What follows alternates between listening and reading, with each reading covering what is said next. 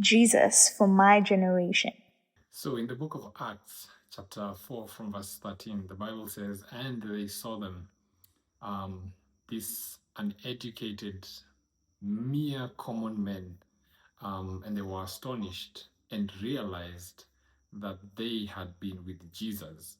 Now, this chapter or this verse is talking about Peter and John after they had healed a lame man and then got into trouble for it. And the reason why they got into trouble is because they began to preach about the resurrection of Christ. So they're brought before the council and they are warned and cautioned against it.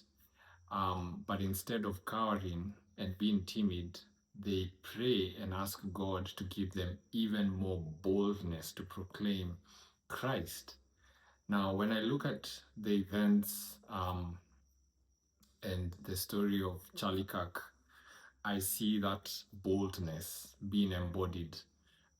Despite all the things and all the opinions that people may have concerning controversial statements that he may have made or things he may have done in the past, I believe that the one thing he will be remembered for the most is how boldly he proclaimed about Jesus.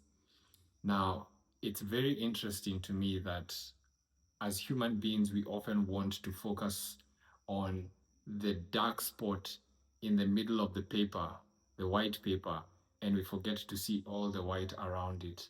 And if you look at Charlie Kirk's life, um, you see all the white around it. He indeed walked with Jesus and proclaimed him wherever he went. And I just want to ask you, would Jesus recognize you the same way the disciples were recognized when it was said that those guys, we know them, they walked with Christ, they walked with Jesus? Are you walking with Jesus to the level that people recognize you not for all the other things that are going on in your life or the things that you've done, but for the faith that you carry? That's what the disciples were recognized for. Jesus himself was controversial. I mean, he claimed to be God.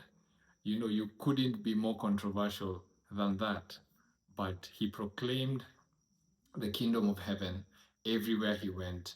And that's what we are called to do as well as disciples of Christ.